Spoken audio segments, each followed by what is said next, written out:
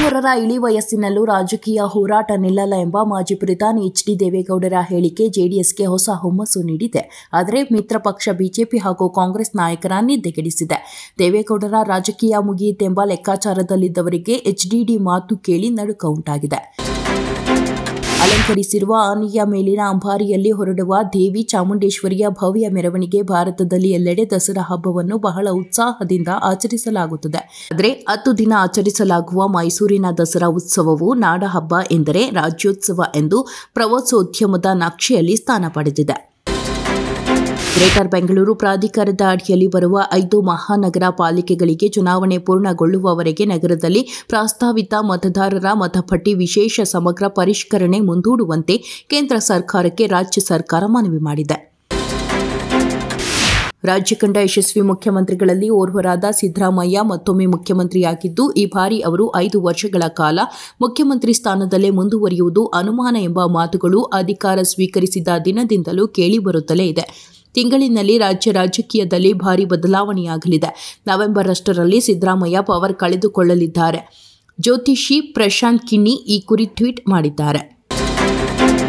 Rowdy ಬಿಕ್ಲು Shiva ಕೊಲೆ ಪ್ರಕರಣದಲ್ಲಿ ಆರೋಪಿಯಾಗಿರುವ ಕೆಆರ್ಪುರ ಶಾಸಕ ಭೈರತಿ ಬಸವರಾಜ್ ಅವರಿಗೆ ಬಂಧನ ಭೀತಿ ಎದುರಾಗಿದ್ದು, ಅವರನ್ನು ಬಂಧಿಸದಂತೆ ರಕ್ಷಣೆ ನೀಡಿ ಹೊರಡಿಸಿರುವ ಮಧ್ಯಂತರ ಆದೇಶ ತೆರವುಗೊಳಿಸಬೇಕು ಎಂದು ಕೋರಿ ಪ್ರಕರಣದ ತನಿಖೆ ನಡೆಸುತ್ತಿರುವ ಸಿಐಡಿ ಪೊಲೀಸರು ಹೈಕೋರ್ಟ್ ಮೊರೆ ಹೋಗಿದ್ದಾರೆ.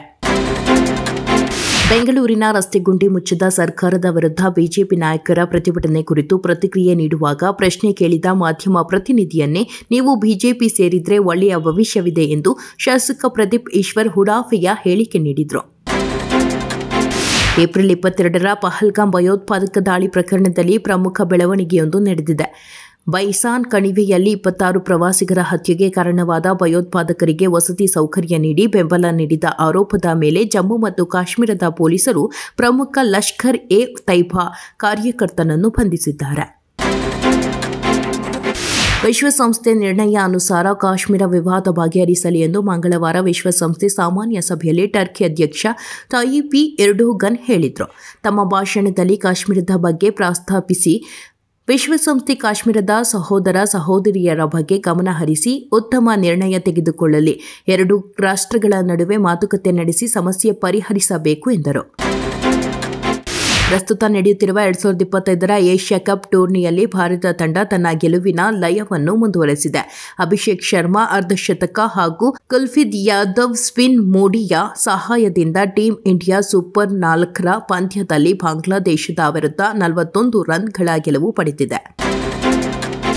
ನಿನ್ನೆ ವಿಧಿವಶರಾದ ಕನ್ನಡದ ಖ್ಯಾತ ಹಿರಿಯ ಸಾಹಿತಿ ಎಸ್.ಎಲ್. ಭೈರಪ್ಪ ಅವರ ಸಾವಿಗೆ ಬಹುಭಾಷಾ ನಟ ಕಮಲ್ ಹಾಸನ್ ಅವರು ಸಂತಾಪ ಸೂಚಿಸಿದ್ದಾರೆ. ಭೈರಪ್ಪನವರು ನಮ್ಮ ಕಾಲದ ಶ್ರೇಷ್ಠ ಸಾಹಿತ್ಯಕ ಧ್ವನಿಗಳಲ್ಲಿ ಒಬ್ಬರು ಎಂದು ಕಮಲ್ ಹೇಳಿದ್ದಾರೆ.